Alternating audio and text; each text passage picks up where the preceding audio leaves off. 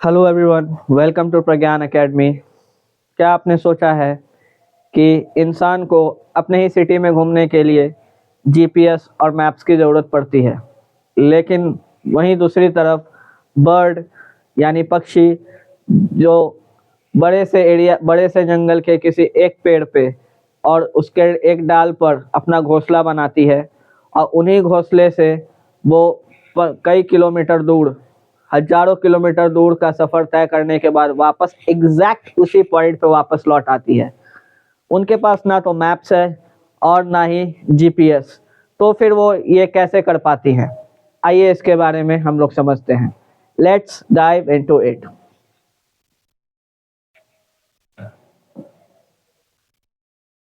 बहुत सारे ऐसे माइग्रेटरी बर्ड्स होते हैं जो सीजन चेंज होने पे आपके एरिया में आते होंगे।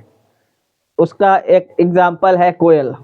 कोयल जो है समर के मौसम में सिंगापुर से इंडिया आती है। क्यों? क्योंकि सिंगापुर का टेम्परेचर उसको हैबिटेबल नहीं लगता है। ठीक है, तो वो ठंडक महसूस करने, थोड़ा टेम्परेचर ठंडक महसूस करने के लिए आती है। अब कोयल जो है हर साल लौटती है तो एक ही एरिया में लौटती है, एक ही पेड़ पे आती है। आपने नोटिस किया होगा कि अगर आपके घर के पीछे कोई पेड़ है तो उस पेड़ पे हर साल कोयल आती है। और इंटरेस्टिंग बात यह है कि हर साल वही कोयल बार बार उसी पेड़ पे आ रही है। तो ये कैसे संभव है? उनको किसी डाल पे एक इस माइक्रो स्केल पे एक लोकेशन एग्जैक्ट कैसे पता होता है?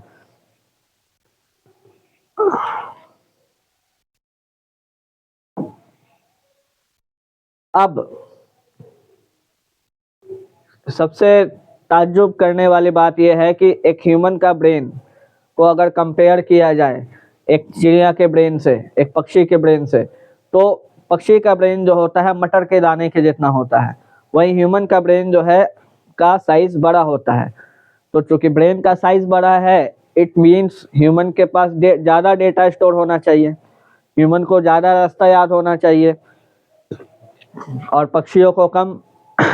लॉजिकली तो यही सही है, लेकिन प्रैक्टिकली देखा जाए तो ह्यूमन जो है उनको उतना ज़्यादा रास्ता याद नहीं रह पाता। वहीं पक्षी जो है हजारों किलोमीटर दूर का रास्ता याद रख लेती है, वो भी कहाँ, हवा में। उनके आसपास तो रोड और गली का नाम ये सारा चीज नहीं रहता जो हमको असिस्ट करने के लिए रहता है। तो पक्षी के में या बर्ड्स में कैसे ये चीज होता है? तो अगर पक्षी डेटा स्टोर नहीं कर सकती क्योंकि उनके पास मेमोरी कम है, स्टोरेज कम है, तो वो क्या करते हैं? वो रियल टाइम में डेटा को स्ट्रीम करती होंगी। ठीक है। कई सदियों से रिसर्चर्स ने ये फिगर आउट करने का कोशिश किया है कि बर्ड आखिर नेविगेशन करती कैसे है। तो इसका जवाब जो है बायोलॉजी नहीं खोज पाया, इसका जवाब जो है वो फिजिक्स में जाकर के मिला। कैसे? तो फिजिक्स का दो ब्रांच एक को बोलेंगे क्वांटम फिजिक्स और दूसरे को बोलेंगे नैनो टेक्नोलॉजी। इन दोनों ने ये रहस्य को सॉल्व किया। कैसे किया और क्या होता है, इन सब को समझेंगे।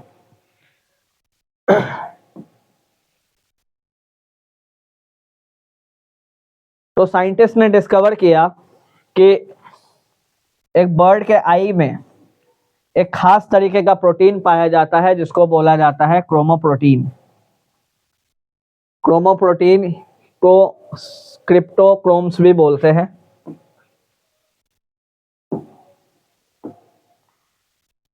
अब ये प्रोटीन का क्या खासियत है? क्रोमो वर्ड का मतलब होता है कलर। तो इसका मतलब ये है कि ये प्रोटीन जो है लाइट को लेकर के काफी ज्यादा सेंसिटिव है। यहाँ पर ये बर्ड का आई है और उसके आई में पाया जाने वाला एक क्रोमोप्रोटीन मॉलिक्यूल या क्रिप्टोक्रोम मॉलिक्यूल है।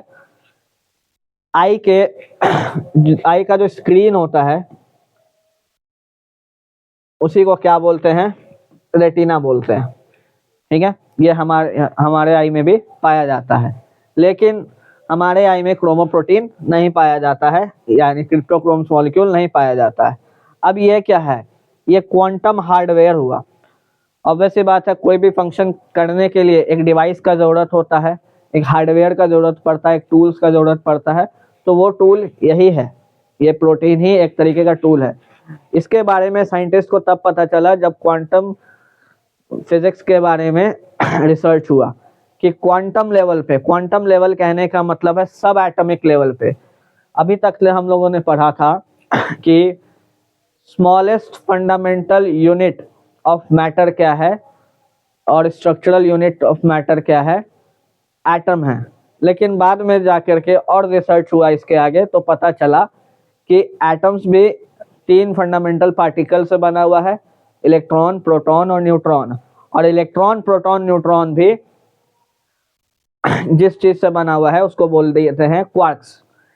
तो जब उस लेवल पे जाकर के स्टडी किया गया तो देखा गया कि नॉर्मल फिजिक्स, नॉर्मल साइंस जो होता है उस लेवल पे जाकर के फेल हो जाता है, वहाँ पे कुछ अलग रूल चलता है। उस लेवल, उस फिजिक्स को बोलते हैं क्वांटम फिजिक्स। और ये जो मॉलिक्यूल है उसी लेवल पे काम करता है। ठीक है, क्या होता है ये, इसके बारे में हम लोग आगे समझते हैं। तो क्या हुआ कि ऐसे समझिए कि जब भी कोई लाइट, व्हाइट लाइट में टोटल 7 कलर्स होते हैं,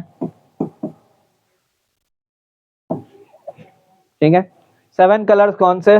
विबग्योर, ये हमने रेनबो के कलर में देखा था, जिसमें क्या होता है कि व्हाइट लाइट जो है 7 लाइट के वेवलेंथ से बना है।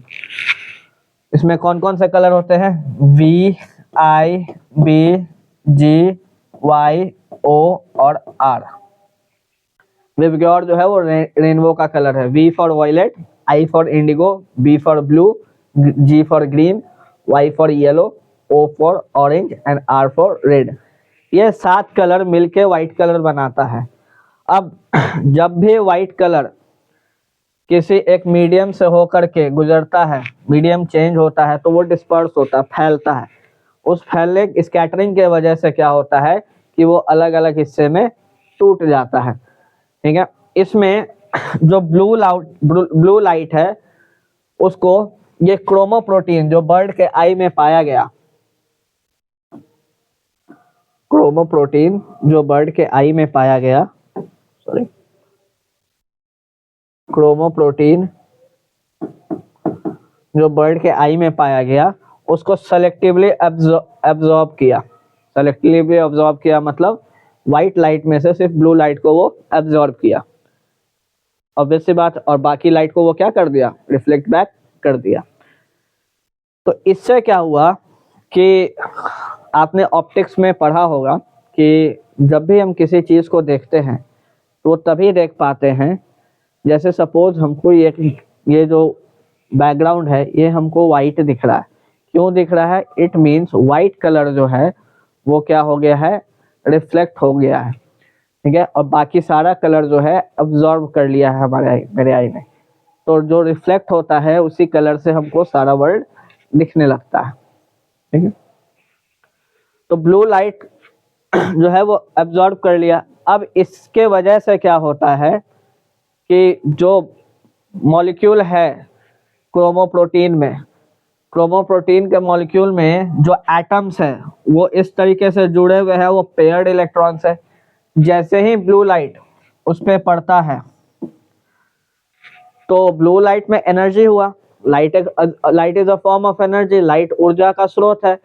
तो लाइट जो है का जो एनर्जी है वो इसको एब्जॉर्ब कर लेगा। तो जब भी ब्लू वेवलेंथ जो है क्रोमोप्रोटीन पे पड़ता है तो इसके वजह से इलेक्ट्रॉन जो मॉलिक्यूल के अंदर है वो वाइब्रेट करने लगते हैं, ऐसे ऐसे वाइब्रेट करने लगेगा। और वाइब्रेट करने के साथ साथ पोजीशन शिफ्ट कर जाएगा। पोजीशन शिफ्ट मतलब ये इधर से इधर आ जाएगा और ये इधर से इधर आ जाएगा। तो पोजीशन क्या कर लेगा? शिफ्ट करेगा। लेकिन शिफ्ट करके ये दूर नहीं चला गया, अभी भी ये जुड़ा हुआ है। ठीक है, तो इलेक्ट्रॉन जो है इंटैंगल्ड है। ये चीज जुड़ा हुआ कब, किस लेवल पे है? ये क्वांटम लेवल पे जुड़ा हुआ है। इसी को क्वांटम इंटैंगलमेंट भी बोलते हैं। क्वांटम इंटैंगलमेंट बोलते हैं। तो ऐसे समझिए कि इलेक्ट्रॉन जो हो गया एक दूसरे से दूर तो हो गया लेकिन फिर भी जुड़ा हुआ है, ठीक है। किस किस आधार पे जुड़ा हुआ है? क्वांटम लेवल पे जुड़ा हुआ है। क्लियर? अब यही क्वांटम जो स्टेट है वो ट्रिगर करता है स्ट्रक्चरल चेंज इन प्रोटीन। अब जैसे कि एक घर है, उस घर के अगर एक घर है और उस घर के दीवार की ईंट के साथ अगर हम छेड़छाड़ करेंगे तो उसमें क्या होगा कि घर का स्ट्रक्चर चेंज होगा, कोई रूम का साइज बड़ा हो जाएगा, कोई छोटा हो जाएगा, कुछ भी चेंजेस आएगा। ऐसे ही समझिए कि एक मॉलिक्यूल में अगर क्वांटम लेवल पे कोई इलेक्ट्रॉन इधर से इधर गया और इधर से इधर गया तो प्रोटीन में कुछ चेंजेस आ जाएगा। तो उसी तरीके से प्रोटीन जो होता है उसमें कुछ स्ट्रक्चरल चेंज आ जाता है। क्यों? क्योंकि लाइट ये एब्जॉर्ब किया, एब्जॉर्ब के वजह से क्वांटम लेवल पे उसमें डिस्टेंस आया लेकिन फिर भी एक दूसरे से लिंक रहा, ठीक है। एस्केप होकर के पूरी तरीके से दूर नहीं चला गया, थोड़ा सा ही दूरी हुआ। इस वजह से क्या होता है कि उस प्रोटीन में चेंजेस आ गया।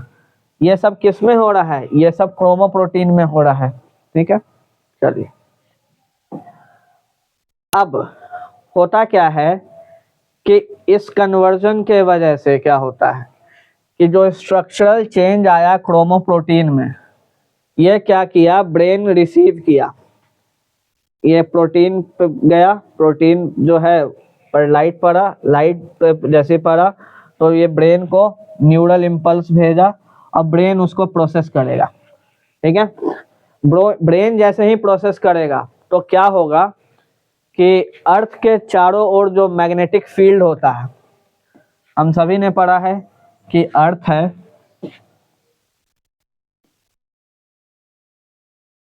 ये नॉर्थ पोल है और ये साउथ पोल है।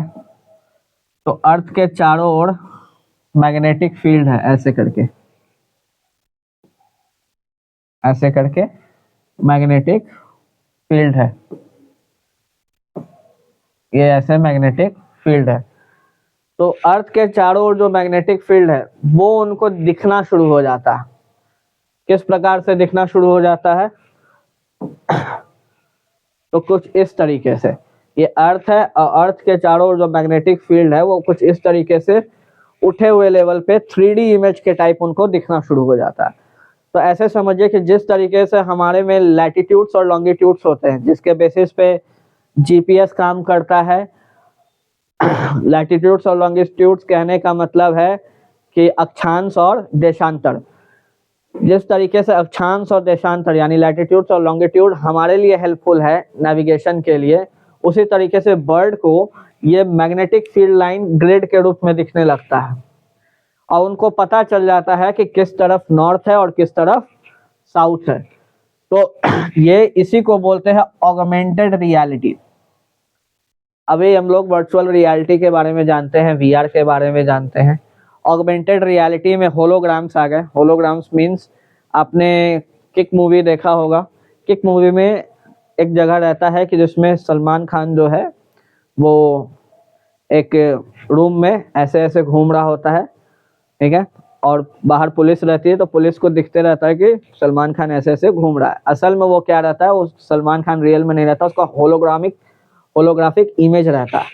तो एक इमेज 3D लेवल पे बन के आपको जमीन पे रियलिटी में दिखेगा, उसको बोलते हैं ऑगमेंटेड रियलिटी। तो इसमें क्या होता है, बर्ड को अर्थ का मैग्नेटिक फील्ड जो है वो दिखना शुरू हो जाता है कुछ इस प्रकार से। अब चूंकि उनको ये मैग्नेटिक फील्ड दिखने लगा तो क्या हुआ, नॉर्थ और साउथ का मैग्नेटिक फील्ड लाइन जो है एग्जैक्टली उनको पूरी तरीके से ये किसके तरह काम करता है, लैटिट्यूड एंड लॉन्गिट्यूड के तरह काम करता है, जैसे कि जीपीएस में होता है। जब आप मैप्स खोलिएगा तो मैप्स में भी आपको दिखेगा कि ये हो गया इक्वेटर, जिसको हम लोग विषुवत रेखा बोलते हैं हिंदी में। ये हो गया ट्रॉपिक ऑफ कैंसर, कर्क रेखा। ये हो गया ट्रॉपिक ऑफ कैप्रिकॉर्न। इसी तरीके से ये बहुत सारे लाइन रहते हैं। ये 0 डिग्री हो गया और ये 90 डिग्री नॉर्थ हो गया, ये 90 डिग्री साउथ हो गया। ये सारे जो होते हैं ये क्या हो गए, लैटिट्यूड हो गया। लॉन्गिट्यूड क्या होता है, लॉन्गिट्यूड जो है वो नॉर्थ पोल से साउथ पोल ऐसे ऐसे बहुत सारे लाइंस होते हैं, बहुत सारे ऐसे ऐसे लाइंस रहेंगे, तो ये हो गया लॉन्गिट्यूड्स। और ये रेड वाला जो हो गया वो लैटिट्यूड्स हो गया। तो जिस इसी लॉन्गिट्यूड्स और लैटिट्यूड्स के वजह से हम लोग जो है किसी भी चीज का पोजीशन डिटरमाइन करते हैं। तो सेम कॉन्सेप्ट अप्लाई हो रहा है। साइंस जो है ना उसमें बेसिक कॉन्सेप्ट हर जगह है अप्लाई होता है, कुछ ऐसे लॉज है जो हर जगह अप्लाई होता है, बस आपको देखने आना चाहिए, आपको समझने आना चाहिए। तो जिस तरीके से हम ह्यूमन के लेवल पे ये लैटिट्यूड और लॉन्गिट्यूड दिखता है हमको, एक्चुअल में ये भी एक इमेजिनरी लाइन है, लेकिन हम लोग मैप पे बना दिए हैं, वो चीज ग्लोब पे बना दिए हैं, और सैटेलाइट के थ्रू इसी को रीड करके जीपीएस काम करता है। GPS means global positioning system काम करता है। तो बर्ड को कुछ इस तरीके से अर्थ का व्यू दिखने लगता है, ठीक। अब ये कैसे उनको हेल्पफुल करता है, हेल्पफुल है उनके लिए, ये समझते हैं। तो एक तो ये हो गया। अब जैसे इंसान के पास भी 5 सेंस ऑर्गन है। 5 सेंस ऑर्गन कौन कौन सा है, ठीक है। तो पहला है skin, skin, tongue, nose, ear and eye. इस 5 सेंस ऑर्गन के मदद से अपने सराउंडिंग को हम लोग समझते हैं कि सराउंडिंग में हो क्या रहा है, और उसके अकॉर्डिंग हम एक्ट करते हैं। उसी तरीके से बर्ड के पास भी बहुत सारा सेंस ऑर्गन होगा, लेकिन ह्यूमन के जैसा ही नहीं होगा। वो क्योंकि अलग ऑर्गेनिज्म है तो उनको उनका अलग सिस्टम होगा। तो बर्ड का एक सिस्टम हो, दो ये हो गया आई।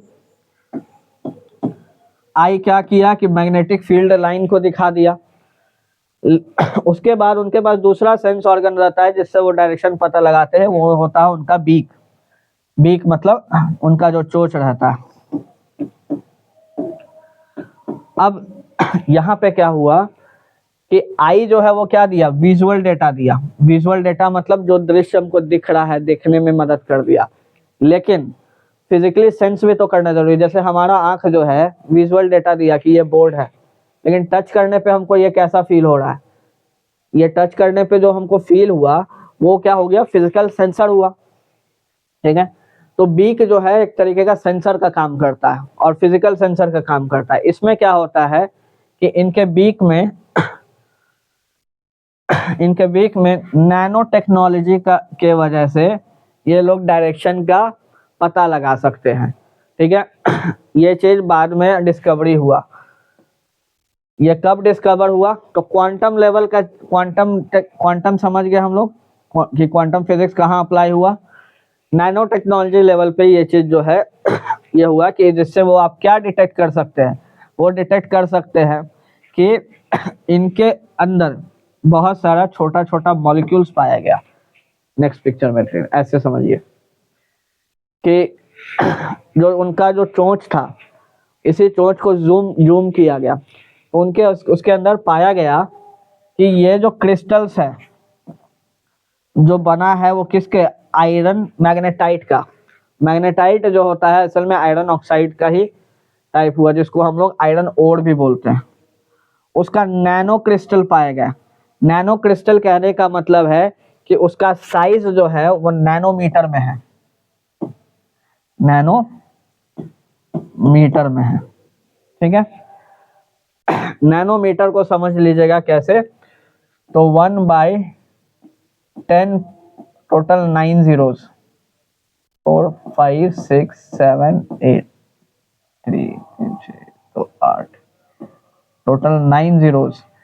ये हो गया नैनोमीटर, 1 नैनोमीटर हो गया ये, क्लियर। तो इसी स्केल पर, इसी लेवल पर, इसका मतलब बहुत छोटा होता है। शॉर्ट में इसको समझ लेते हैं। तो ये क्या है, ये एक तरह का कंपास का काम करता है। जैसे कि हम लोग जानते हैं कि कंपास क्या करता है कि एक अगर उसको लूज छोड़ दिया जाए तो कंपास क्या करेगा, अर्थ के मैग्नेटिक फील्ड के साथ अलाइन हो जाएगा। क्यों? क्योंकि वो अर्थ का मैग्नेटिक फील्ड, अर्थ का जो नॉर्थ है वो कंपास के साउथ को खींचेगा, और इसका जो साउथ है उसका नॉर्थ को खींचेगा। ठीक है, तो नॉर्थ साउथ में अलाइन हो जाएगा कंपास का नीडल। उसी तरीके से अब वो नीडल अलाइन क्यों हो जाता है, क्योंकि जो अर्थ का मैग्नेटिक फील्ड है वो पुल क्रिएट करता है, खींचता है। तो उसी तरीके से जब बर्ड हवा में उड़ रही होती है तो उसके चोंच के अंदर, उसके बीक के अंदर मौजूद ये मैग्नेटाइट जो है, मैग्नेटाइट का जो नैनो क्रिस्टल है वो एक कंपास का काम करता है, और ना माइक्रोस्कोपिक स्केल पे, बहुत छोटे लेवल पे माइक्रोस्कोपिक लेवल पे कंपास का काम करता है। अब इसी वजह से क्या होता है कि ये जो नैनो क्रिस्टल्स है वो फिजिकली इंटरेक्ट करता है किसके, अर्थ के मैग्नेटिक पोल के साथ, और इससे क्या होता है, एक पुल क्रिएट होता है। पुल क्रिएट हुआ तो इनका जो चोंच है उसमें ऑलरेडी एक तरफ खिंचाव महसूस कर रही है, हर घड़ी वो महसूस कर रही है। कौन? कोई भी पक्षी या कोई भी बर्ड। तो उसको पता है कि इस तरफ नॉर्थ है और इस तरफ साउथ है। क्लियर? तो नॉर्थ साउथ जो हुआ, एक तो आई से वो उनको पता चला क्योंकि अर्थ का मैग्नेटिक फील्ड दिख गया। दूसरा चीज कि एक पुल क्रिएट हो रहा है उनके बीक से।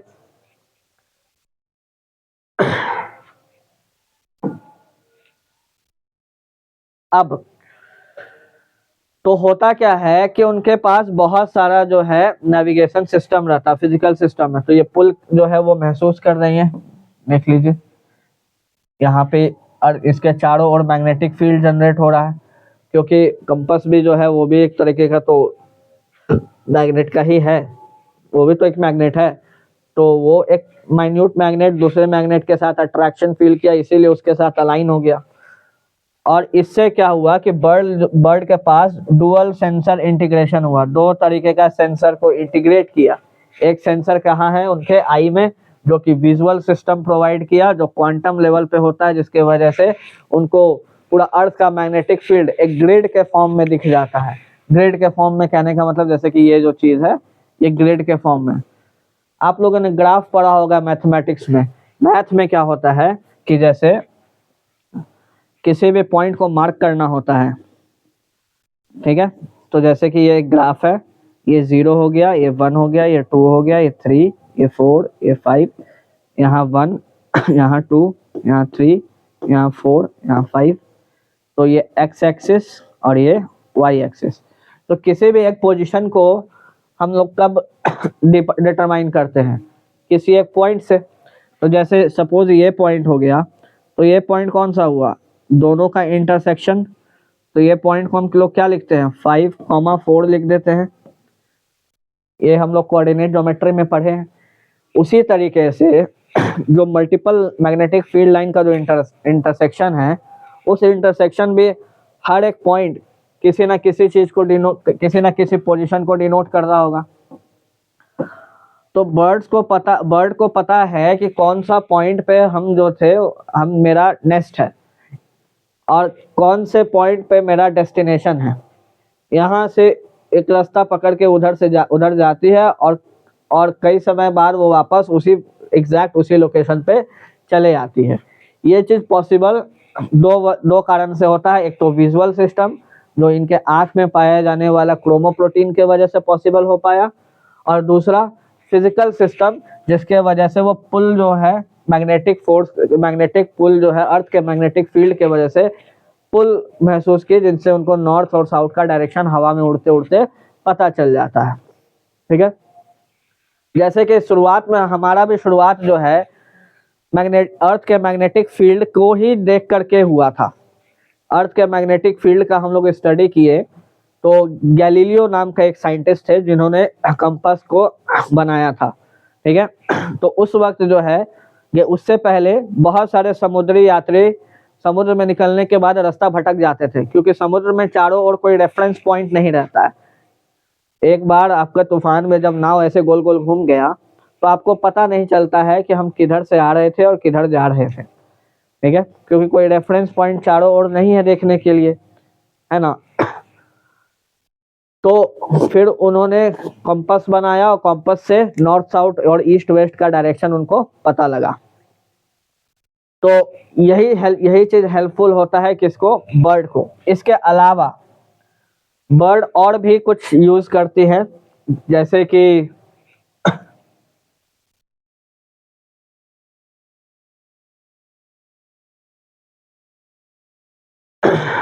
जैसे कि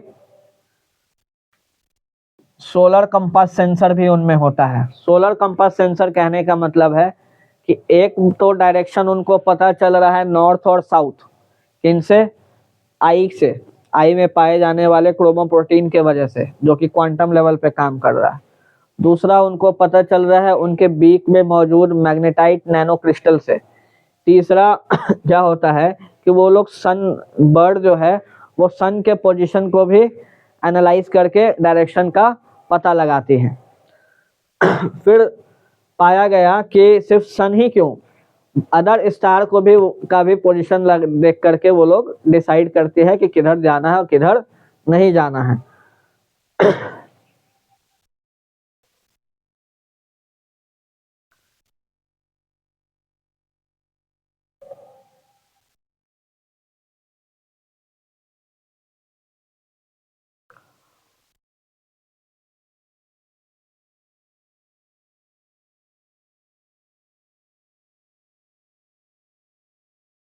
अब ये चीज हमारे लिए जानना क्यों जरूरी है, क्योंकि ऐसा समझिए कि आज के डेट में जो विज्ञान है बहुत तेजी से बढ़ रहा है,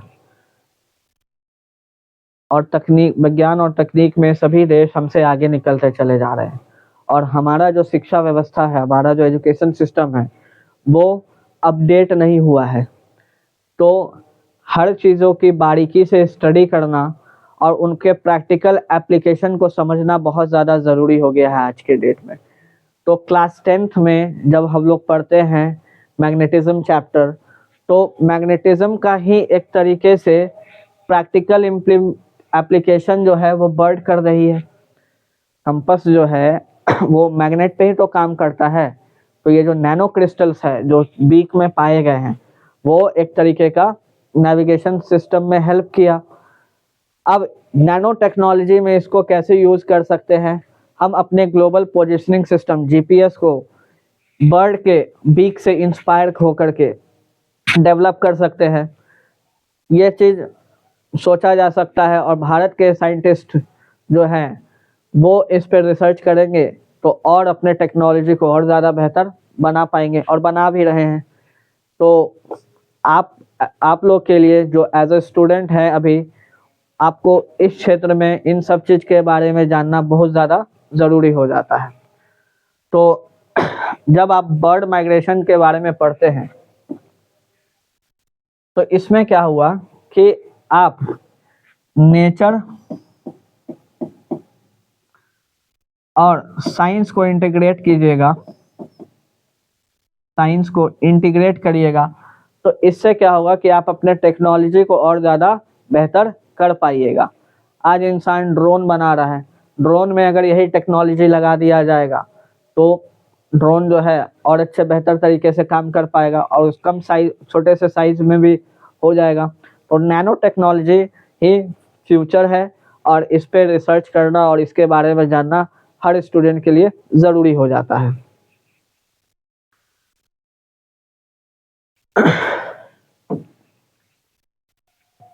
अब क्यूरियोसिटी एज अ कैटलिस्ट, अगर आज अगर बच्चे इन सब चीज़ के बारे में जानेंगे, पढ़ेंगे, क्योंकि हमारे स्कूल सिस्टम में हमारे जो बुक्स है वो कई समय 10 साल 20 साल पहले जो है वो का जो करिकुलम है वही अभी भी चल रहा है, उसमें कोई अपडेशन नहीं हो रहा है। तो आपने एकेडमिक्स के साथ साथ कुछ एक्स्ट्रा नॉलेज के तौर पे भी इन सब चीज़ को सीखिए।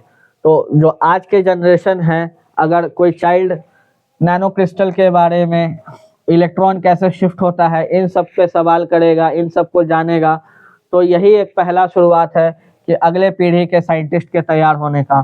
क्योंकि क्यूरियोसिटी क्यूरियोसिटी कहने का मतलब है जिज्ञासा जो है एक तरह का कैटलिस्ट होता है जो आपको लाइफ में हमेशा हेल्प करेगा और पॉजिटिवली सोसाइटी को ग्रो करने में मदद करेगा। This is me signing off. आपको जो भी पसंद आया हो, अगर अच्छा लगा हो तो like, share and subscribe. Thank you.